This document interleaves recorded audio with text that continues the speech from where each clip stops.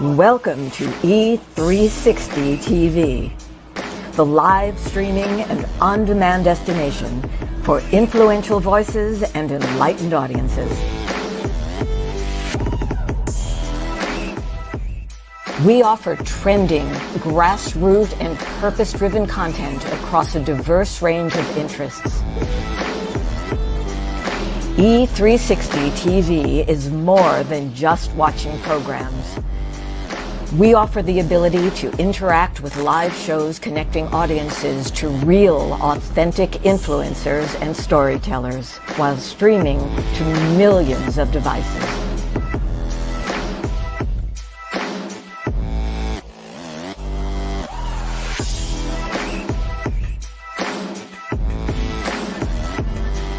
Real experiences.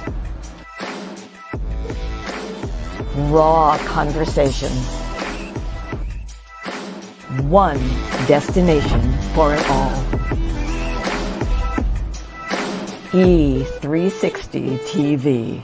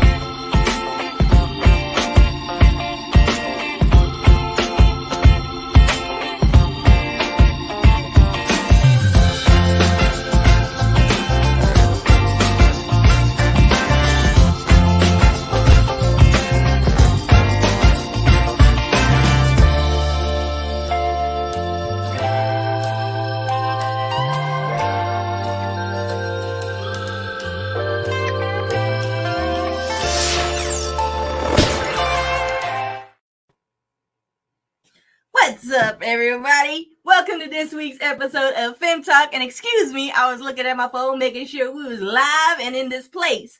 So, y'all, we have an amazing guest for y'all today. First and foremost, I'm going to remind everybody right now, you're going to need one of these and one of these for tonight's show. So, while you guys run grab that, let me bring my beautiful sister queens on in the room. We have the beautiful Dr. Melissa Mimi Simmons. Hello, Fem Talk Nation. And we have the beautiful Shimi She Talks. Hey guys, how you doing? And last but not least, we have the beautiful coach, the reset coach, Tracy Randolph in the house. Hello, hello. Welcome back to another episode of Fem Talk. Yes. How's everybody feeling this week? Feeling good. Amazing, amazing. Fantastic.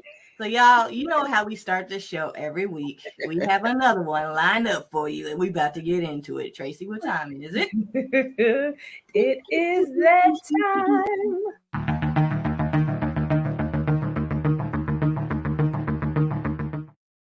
There it is, y'all. Hot topic time. So we got a juicy one this fine evening. So apparently there was a sweep at last night's award show. Well, I should say Sunday night's award show.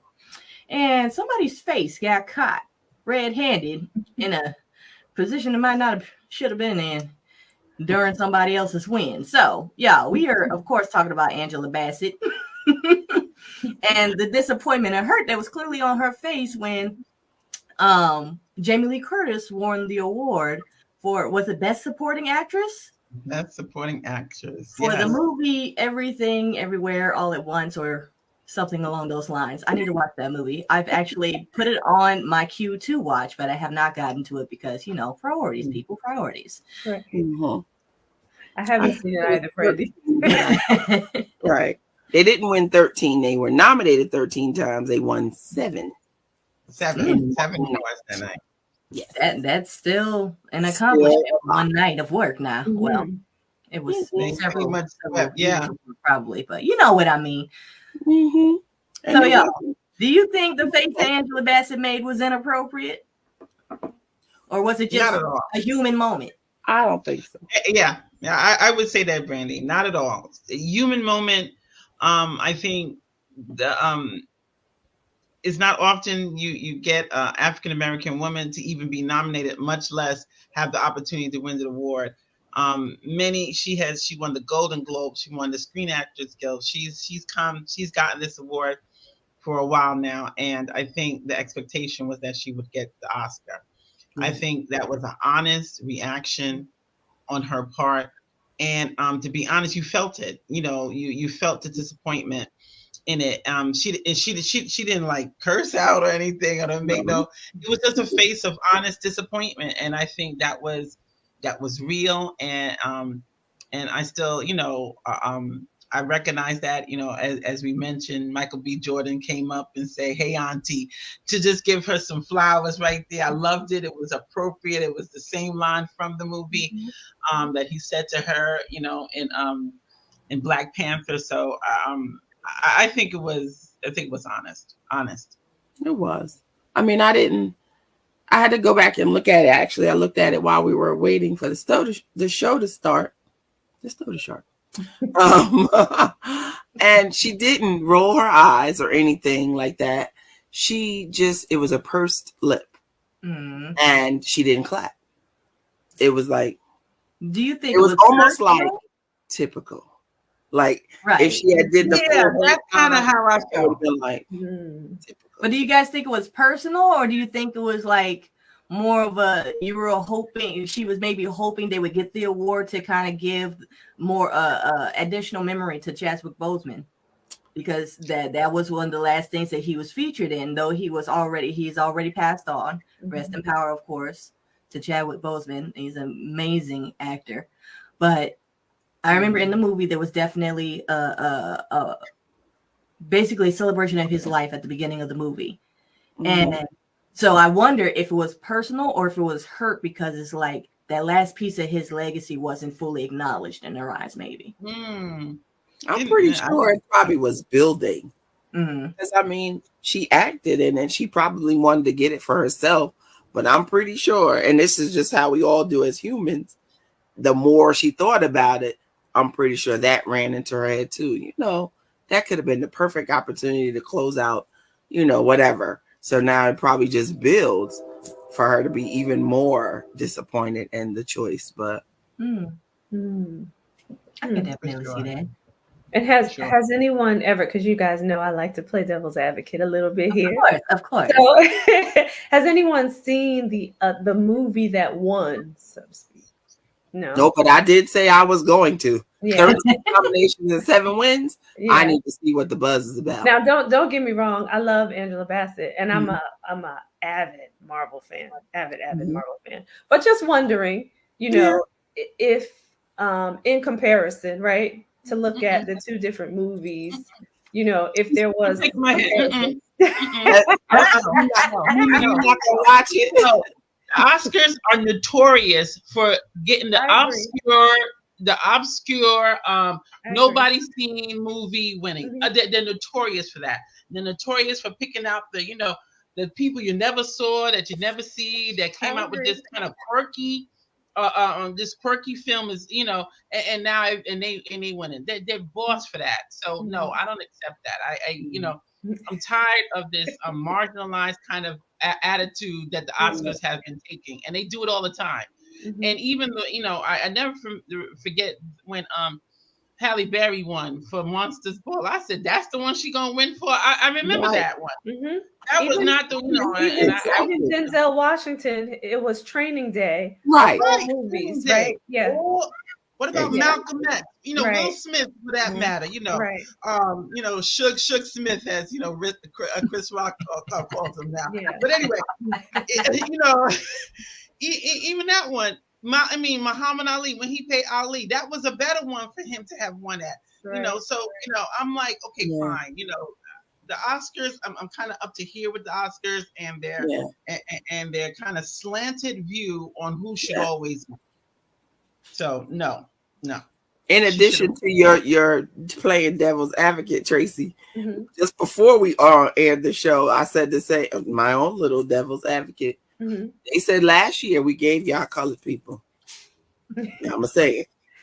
We done gave y'all people of color, the brown color, opportunity. I got up here and you fought. Now we're gonna give it to a different color. So what's gonna happen is, and I'm just gonna say it, we're gonna cover all the classes, because then when we go back to giving it to the good old boy groups, and I'm gonna say it just like that because I'm be nice.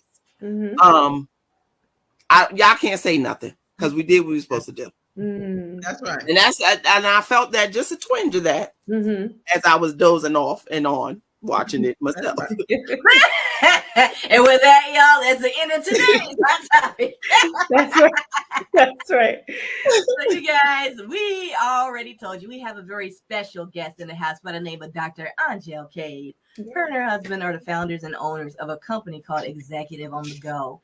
And what they do is help people and families start businesses and stay in business. They plan for success. So the reason why we're so excited to bring her is because so many of us get lost in the sauce when it comes to starting businesses. We don't have a clear plan on what the intention of the business is. And most of the time we're looking to build a legacy for our families, but some of us get to the end of our lives and realize we've built nothing but a job. And we all know you can't pass on a job. So let's bring in Dr. Angele Cade. Yay! Welcome, Dr. Angele. Hello. I am excited to be here with all of you. So, yes. Oh my gosh, we are so excited to have you here. And we hope you are having an absolutely amazing week. We know it's only Tuesday, but who said Monday can't be amazing, man? That's right. Yes. Well, when you get started doing what Dr. Angele is going to teach you today, Mondays will be good days, right? Yes. That's right. Yes. No, well, well, let me know if it's my space to hop right in or okay. It is perfect. all you, my dear. You go for it. Yes. Perfect. Well, the topic for tonight is the business of you. And I'm so thankful to be here in this space with this dynamic group of amazing, powerful women, and just the conversation that we need to have as women, as business leaders, as thought leaders, as visionaries, as people with purpose and passion. And also we have the opportunity to embrace the things that we do with legacy and with intention. Something that I'm tired of is I'm tired of us being triggered into action. And so tonight I'm going to have a very different conversation. This is a special conversation that was inspired by some pre-talk that we had. So that's why I definitely want you to have your notepads out, because I'm going to explain to you these 7 verticals that I believe that we are supposed to access with intention and not be triggered by accident. That's going to help cultivate our wealth, our mindset, our business, our legacy, everything that we're up for. And the reason why I know that these 7 pillars are true is because years ago in my other life, I was a compliance officer on a hedge fund. So I've been in business in my core business for 20 years. I started this business 20 years ago. My husband joined me on the journey, and we've been doing this work ever since. So I live and eat this business. I don't do, I don't do a bunch of other things. If I'm inspired with partnership, I do collaborations. I've done things along the way, but the heart and soul of my bread and butter has been this business and seeing people accomplish their mission and purpose through different business models, whether for-profit or nonprofit, whether corporations or LLCs. No matter the structure, we've helped them navigate that way. Now, if you go and you look at your life and you think about it, there are things that happen and they trigger you into movement. So, for example, if somebody when somebody passes away and they don't have their affairs in order, then a family is left, and maybe they have to do a GoFundMe, but they're left with that version of estate planning. You see, the truth is that at every level, you, of course, need to address it in some way, or it's going to be addressed for you. And so my thought or my theory is that every single one of these areas, again, with intention or with triggering. So let me go down the list so that you can get the idea of what I mean. So you have a business idea, and of course there's different business models that you can approach. Franchise, you can have a business that's succession, a family business. You can have a business that's a service. You could have a product, a widget. You have all these different elements of business. Or you listening today, you could be serialpreneurs. You have multiple businesses. You could be a parallelpreneur. You could be working a job, and your job is your prime investor for your business. And you've got your business. And so you might be what some have called mompreneurs, where you're at home and you're taking care of kids, but you also have that business. So whatever type of thing it is inside that vertical, that is how you plan to make money. And at some point you realize that you have to be very intentional with the budgeting and the approach of how you're going to deal with your relationship with money. Your relationship with money is going to dictate the success at the end of your journey. It's going to dictate how you're going to retire. So many people believe that they're going to be an entrepreneur and they're going to accumulate wealth because at some point they plan to outpace their debt. They plan to generate enough money to be able to feed into some bigger vision, but somewhere along the line, they get entrapped and they cycle themselves as if they were in a job. And so now that business becomes a job because you've budgeted yourself exactly to the amount of money that you've made. And now you're in a trap cycle where maybe you're just making enough as a contractor to pay your bills based on your lifestyle. And you never have a true plan of how to cycle with your way out, how to get a system in place, how to get that business model in place where now that business is paying you a salary, paying you benefits, feeding into your future, allowing you to build systems so that it could have some type of valuation. I can't tell you how many clients come to me towards the end of their business run, 20, 30 years in. They thought their kids were going to want it, and they don't. Wow. They thought that they were going to be able to groom something to a place where someone else would see value in it, and they can't because all they have is a list of clients and old equipment that nobody wants. So I need you to rethink how you're building the assets in your system that are going to be valued in your business so that one day, if you want to sell it, if you want to package it, if you want it to be acquired, if you want people to take notice, if you want your children to want to do it, that all comes with intention. That's why in the beginning conversation, we say, okay, great, you want to do this business, but how do you want to exit the business? Wow. What is your exit strategy? How do you want to exit the business? If you can tell me how you want to exit the business, then we could design a plan working backwards to reverse engineer how we build it so that when the time comes, you can get there. That's powerful. That's extremely powerful. Girl.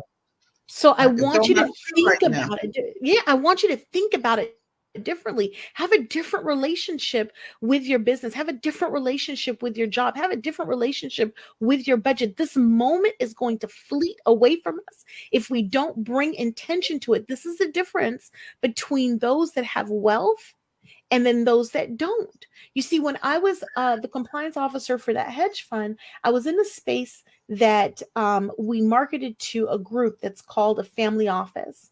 Now, some of you might be familiar with what that is, and some of you might not have ever heard it before, the terminology.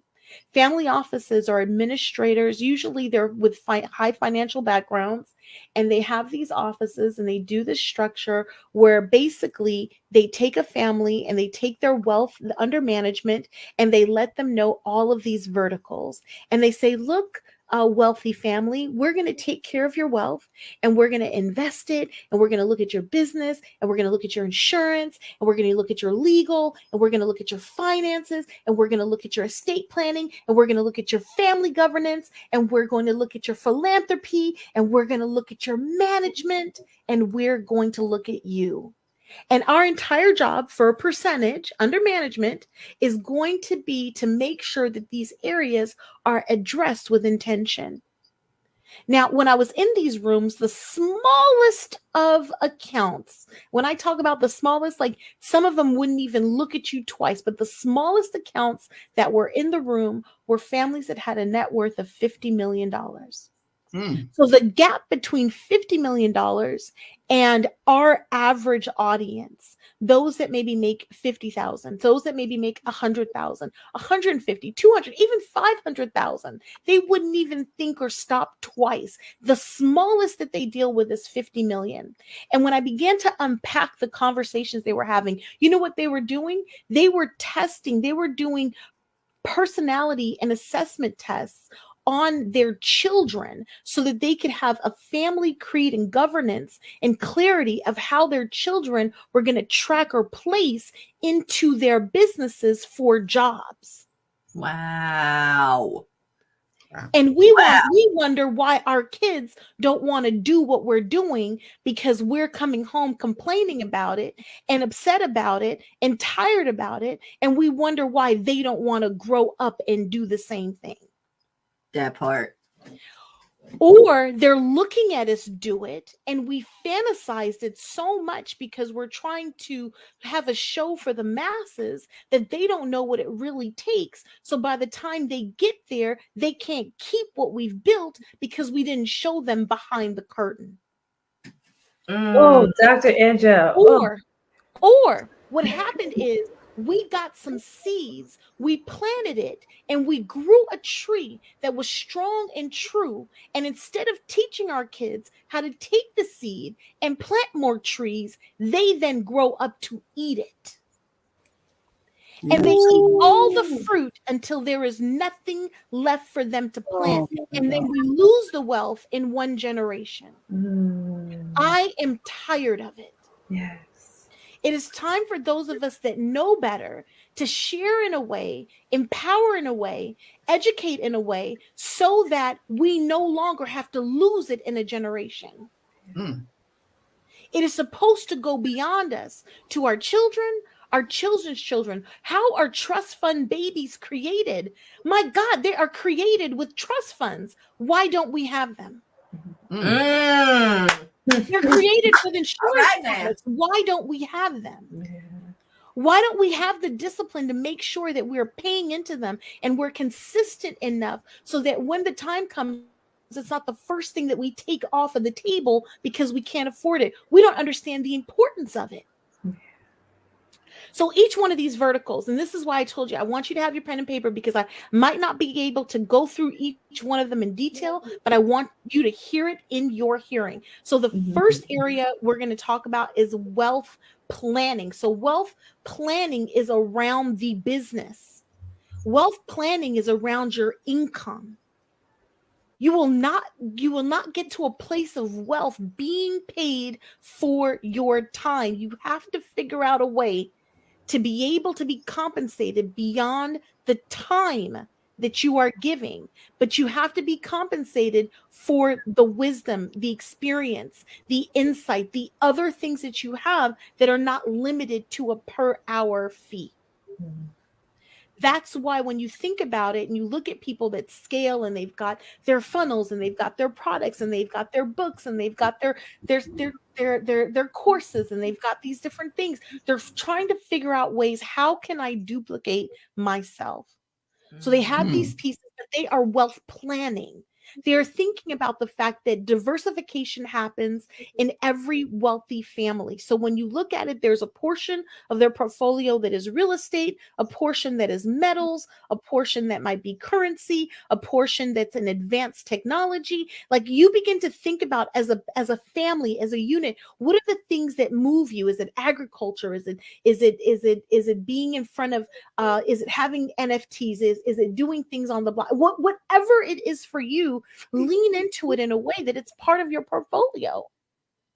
That's what you have. That's what you manage. That's what you do. For some people, it's technology. For others, it's just different things that are avant-garde. Just whatever it is, think about a diversification in terms of your wealth planning. Get you a financial advisor that you can talk to, that understands you, that's not just trying to sell you the product that they're selling, but they understand what is meaningful to you. It's meaningful to me to have a building. It's meaningful to me to have some units. It's meaningful to me to have some property. I need to make sure that these areas are addressed. And what I'm saying is, for everyone, it can be addressed on different level. What people are doing now, I heard a presentation a few weeks ago of this company, and what people are doing now, or some people, is that in this generation, where a lot of them maybe can't afford homes, their first homes are co-op homes with other owners as second home properties. So they're buying vacation properties with a group of people, and that's their first entry into real estate. I don't care how you do it. It should be part of your portfolio. Get a group together and figure it out. There are ways to get things done. Just because you think that you're not able to do it on your own, that doesn't mean that you can't couple or group or get together with someone else and get it done. It is your right to have wealth. It is your birthright to have real estate and have all the things that are needed to build into your legacy. You have to start somewhere. So wealth planning, whatever you do, think about the diversification, think about the investments, think about your risk tolerance, think about your financial advisor, have the conversation. But Angele, I don't have a lot of money. It doesn't matter. People were making money on what? On Robinhood, and they were putting money in their little account. Just be consistent. Guess what? You deserve to pay yourself first. You deserve to give yourself a life you could hardly, that's beyond your imagination. You deserve to vacation in your life. You deserve to retire in calm and peace. You deserve those things. Why not pay yourself first so that you're able to do it? We get so concerned about all these other things and putting them in front of us. This is the business of you. This is about putting you back on the list. Why are you building this wealth? What are you doing it for? I thought about my dream house, and I'd had it on a sheet, and I wrote down a list, and I described it, and I knew it, and I felt it. And someone said, "Well, Angele, why do you need a house that big? Why do you need this?" And I could fully explain why I needed it. I need a house that big because I need to host fundraising events. I need to host fundraisers. I need to be able to entertain. I need to be able to do this. And so the person then questioned me, and they said this to me. They said, "Angele, why can't you do that now?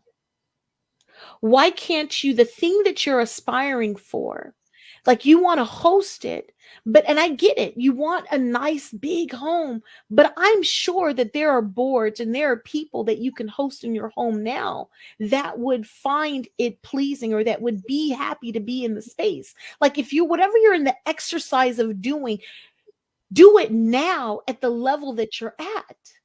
Because when you get to the next level, it'll be easy to access and activate that same action at the new level. If there's a constant idea that I will do X, Y, and Z when I get there, then all of a sudden it pushes itself away from you because you don't feel like you can do it now. I promise you can save now. I promise you can have a business now. I promise you can have clients now. I promise you can have wealth now. You can be taken care of now. You don't have to wait until. So wealth planning. The next area is what would be considered wealth management. And wealth management, when you think about it, it's around taking what you've built and managing it so that you're able to have sustained, returns and income and stability when you need it. Because you want it to be managed. Again, you want it to exist beyond your lifetime. So if you are living on it and spending it at every whim that you can, then what will there be to manage? You want something to manage. So make sure that you're saving it. I don't care how much it is. You do it. And then the idea is tax planning. I want you to think about. That's the other category. So we said wealth planning, wealth management, tax planning. Now, tax planning is different than tax returns. And tax planning is different than I won't pay any taxes. How are you going to fix my return? It's very different.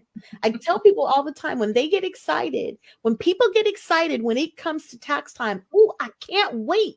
Send me my W-2, send me my stuff so I can do my return and I can get X, Y, and Z back. There's a problem with that mindset. Because when you are waiting to get money back from the government, that means that all year long you have overpaid them.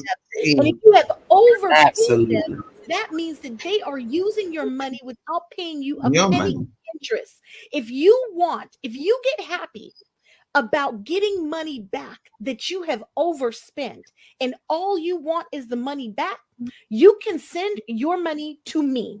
And I will happily send it back to you next year without a penny of interest. That's right. Well, and we got to put a temporary pin in that. Dr. Cade, you are preaching here today. All of us are quiet, like, oh my God. Wow. Let me finish the 7. I just want to finish the 7. Right. Let me finish them, and then we can, if we have time, we can come back. But the tax planning, really quick, I'm telling you, they are laughing at you that are waiting to get back the pennies that you've put in. Oh my gosh, I need to buy this so I can write this off. If you get excited about spending $1 so you can write off 30 cents, send me the dollar. Like it doesn't make sense. You need tax planning. It is strategy. When you pay taxes strategically, that means that on the documents, it shows that you've made money, but you've offset it with some type of benefit or some type of code or some type of item that is offsetting it. Not that you look broke on paper, because the same people that get excited about getting the money back are the same people that are frustrated when they want to get a house and they can't because on paper, they're broke. Because on paper, it looks like you didn't make anything. Because on paper, you were so adamant about writing everything off that you wrote it off so much that that the net at the bottom was 0. And I am tired of everyone I gotta say this. I am tired of everyone slanging LLCs like they are the number one thing to get. All of those branding and marketing companies should be ashamed of themselves because people are running into LLCs and don't understand it. LLCs are a tentacle. When you sign up for an LLC, I will say this, as an individual person, it is a disregarded single member LLC, meaning at the IRS level, they see the LLC as a sole proprietorship. How many people are going into it for credit and it's my business and it's insulated and it's the best thing, not to realize that at the end of the year when they do their tax return, it's not even a separate tax return because you didn't structure it right. Talk to a professional about your business, what you're doing, what your goals are, so that you can get the right structure to get you there. It is like a vehicle. If you are about to move a 3-bedroom house, you are not going to get it and it won't be cute in your little Corvette. You have got to get the right vehicle to take you where you're going to go. So I will say that tax planning is intentional. It's you strategizing. It's you saying, you know what? I'm going to pay X amount in taxes because what I'm going to do is I'm going to make sure that I can offset it with this program, or I'm going to get this thing so I can offset it with this negative balance. Like maybe you're positive over here, but maybe you've got a K1 right, from your LLC that's classified properly, and you have a negative K1 from this other business, and that negative K1 offsets that positive over there. So now you're playing a different game. Now you're playing chess, not checkers. I need you to understand that this is planning with intention. We are not doing tax returns based on papers that people just hand to us at the end of the year. We are intentionally telling them, look, I'm going to put this over here. I want you to pay me this over there. I'm going to do this over here. I'm going to get this by this point. I'm going to take out this loan over here. So I offset this over here. It's strategic. So get into the mode of planning, not just responding. So then I want to talk to you. The next vertical is estates. So this is trust and corporate, like this is trust and where corporate services are. So the services, the real estate management, your trust, your corporate, like all of these things kind of like are in this one bucket because it's part of your assets, right? So estate planning, it can be very daunting. People are like, oh, I don't have an estate to plan. Okay, so a couple of things. Anything you have that's tangible is part of your estate. You got a picture, a painting, a car, a house, you got kids, you got instructions, you got anything. All of that becomes part of the estate planning. It's very, very important. Now, my son has autism, so I have a special needs trust.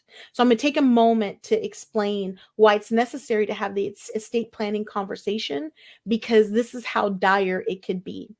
Now, in my core business, I have in our homes and the stuff we have, that's great and all, but my son is able to qualify for benefits from the state. Now, what would happen if I didn't have the special needs trust in place let's say something happened to both me and my husband and our son had our estate in his name. The government would, by choice, drain our entire estate to pay for every single service that he needs. And then at the end, when there was nothing left, then they would take care of it. Now, because I have a special needs trust, I have the proper attorney and documents in place. My insurances and all my pieces are named appropriately. It's a living document. I adjust it every year. What happens is the items are in the name of the special needs trust so that it has it. It is managed, and my son technically has nothing. So when it comes time for him to access his benefits, he can access all of his benefits, including the CalAble account that we set up, so that it will use that and not count against him as asset or income. So he can continue to get everything that he needs, and then we can increase the time that he can have a high quality of life in being able to access what is his. I'm saying things like that. My scenario is very specific, but for you, it might just be about having the trust in place. You might need a business trust. You might need certain directions for certain kids. You know, if something happens to you and your life insurance got paid out, you know your kids. If they got all the money, it'd be gone in 2 years. You might need to have instructions to spread it out. You might have to have instructions that says, wait until you're 35, and then you can get X amount. You might need to do something different because you know your people. You want this to be able to have a full breath and journey in your legacy. You don't want it to end shortly after you do. So trust, corporate services, structure. The last 3 portions are personal, and then I'm going to wrap it up and we can have a conversation and any questions. The last portion is family governance. So remember at the beginning, I was talking about testing the kids and different items. Imagine your family having its own constitution, its own creed, its own tenets, the things that are important to you. Imagine having those conversations with intention and early on so that your children, the next generation coming up behind you, can be clear on that governance. That becomes, that is a part of what makes for a healthy continuance when you are building those other legs, because you want to be able to pull from your family, pull from the children. You want to be able to have a pool that's built in because you have governed it accordingly. We're so quick to do what? To spend a majority of our time in our life focusing on building someone else's wealth.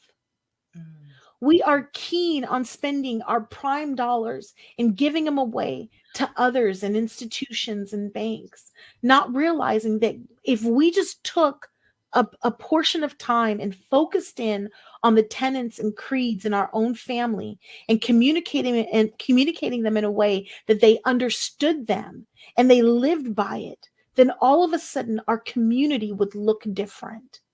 Our rites of passage would look different. Our engagement would be different. Our respect and our intent would occur in a different way. Our spending would be different. So that's what I want you to get in your mind. Family governance with intention.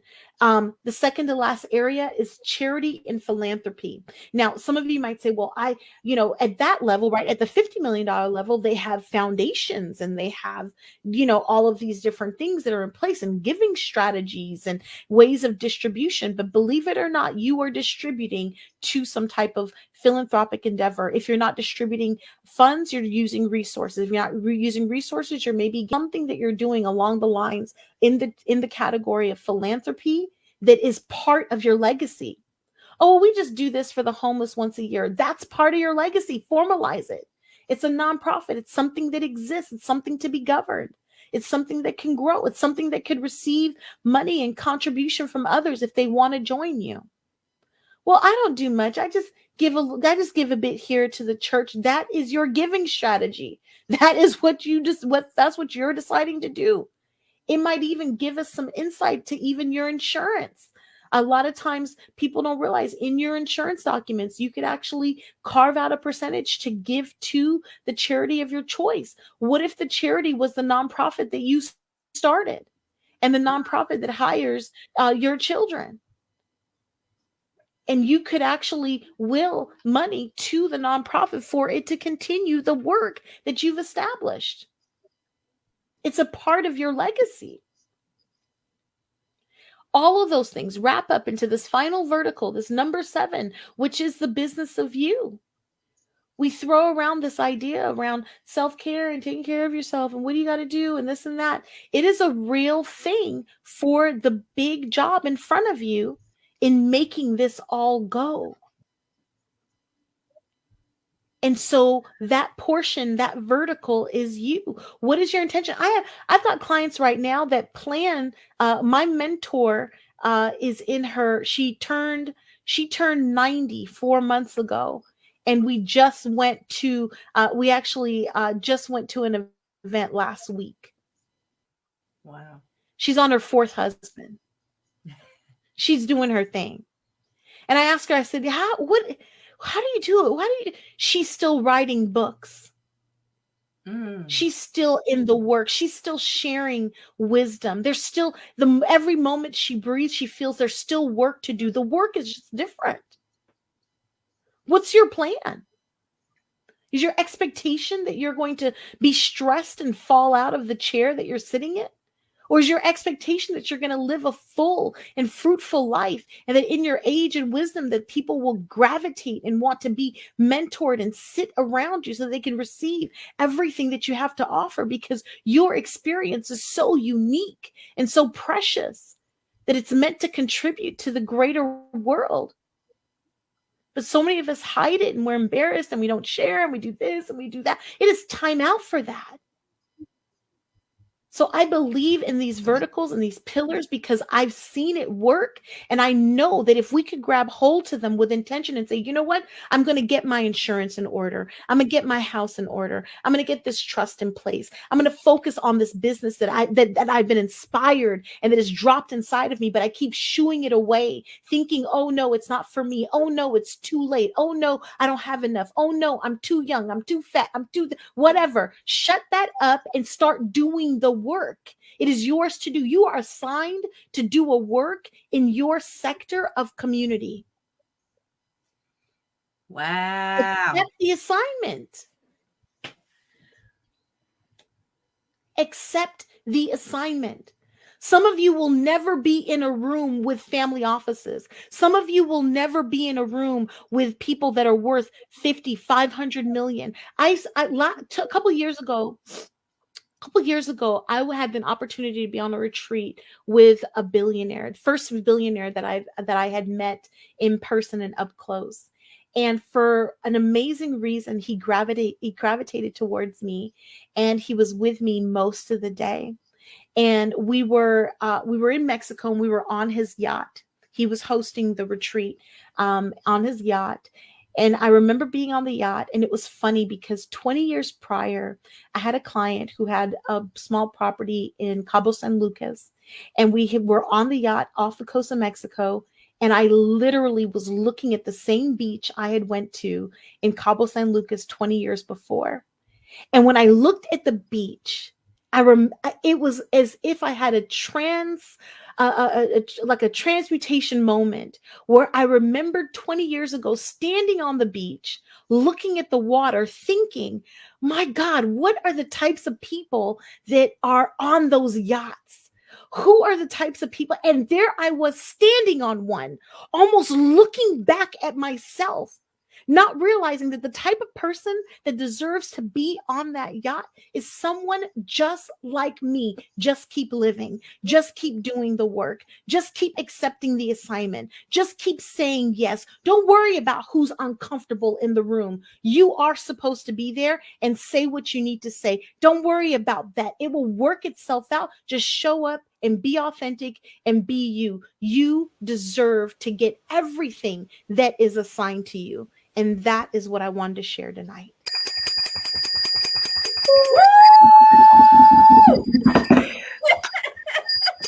Dr. Cade. Oh my God. I am sitting in my bedroom and I can't find a shoe. Right. I am like, wait. Right. Oh my God. Everybody, front amazing right now. You see why we were so excited about this right here. Not only did we show up with power, passion, compassion, and love, but useful information. Jesus. Dr. Angele, thank you for those 7 verticals, because I've never heard it put just like that in the plain words in a way that you know that the person speaking it cares in an uncommon way that should be more common. Yes. Yes. Yeah. Wow. I'm blown away. Yeah. Yeah. Yeah. And I mean, you just put me to task even more so than the first time that I heard you speak, which was powerful. But woo, I'm ready to cry.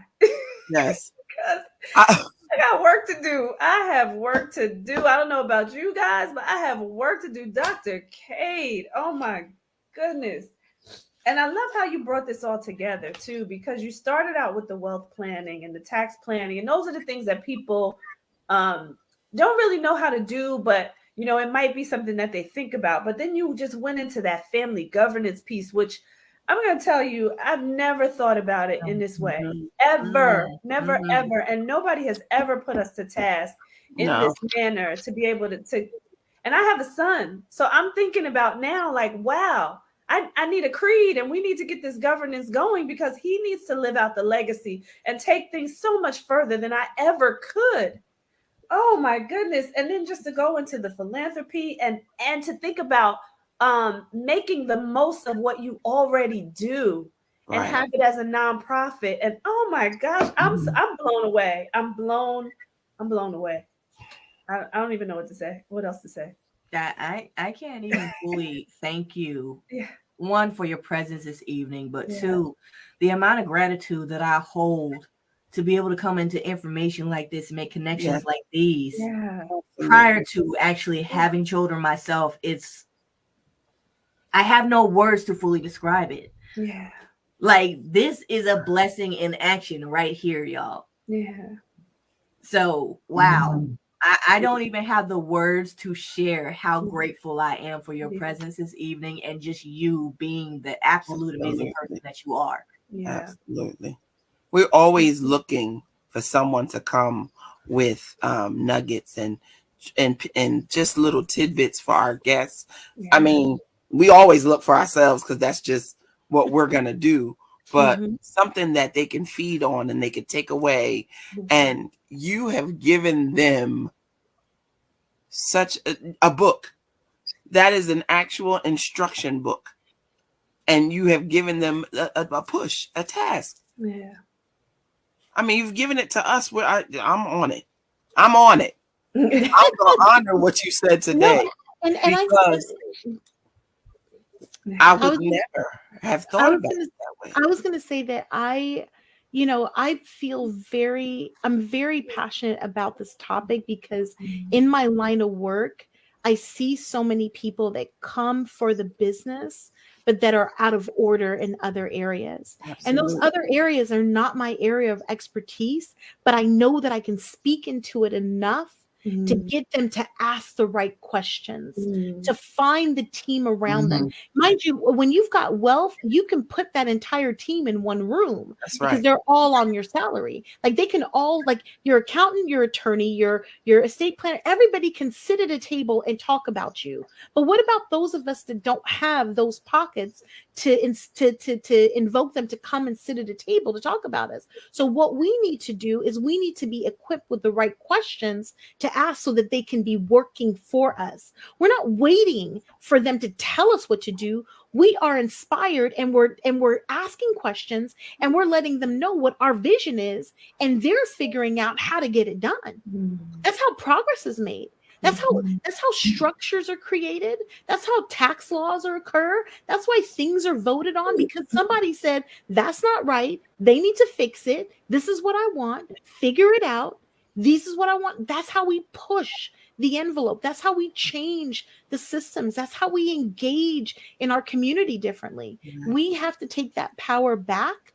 And I'm so glad you said that it's a book. I've actually been working on this book for a few years. And I said to myself, I got inspired when I was talking to Brandy and Tracy. And I said, I've got to put this in writing so other people could grab hold of it, because it just can't be in my heart. It just can't be, it just can't be in my viewpoint of how I've seen it around me. I need to be able to show it, explain it. People can take notes on it, because we deserve to have access to all of this.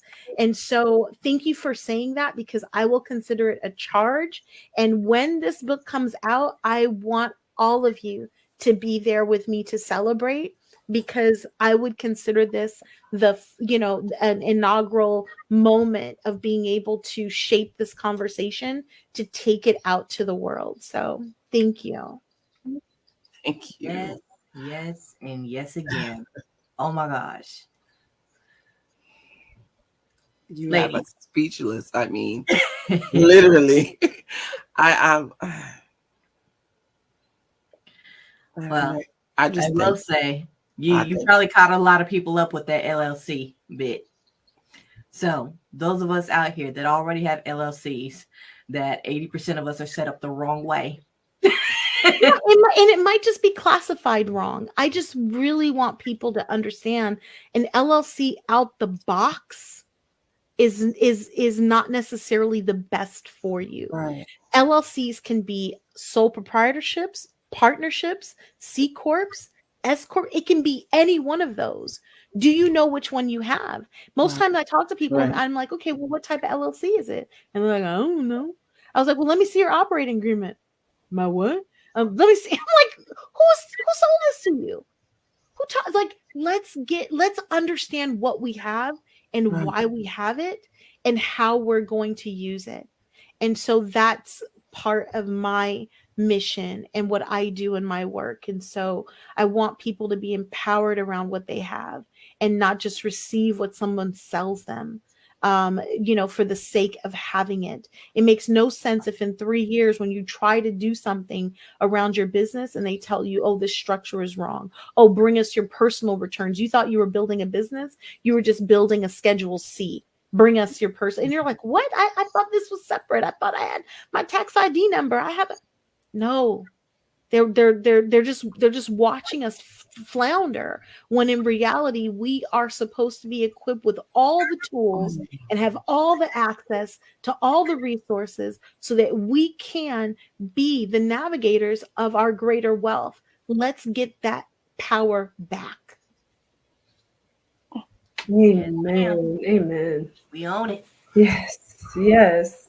So what is quickly before we have to jump off, Dr. Cade, what does a consultation look like? And can people just go to the websites that you gave us, and we can put those back up again? But I just wanted to ask that question.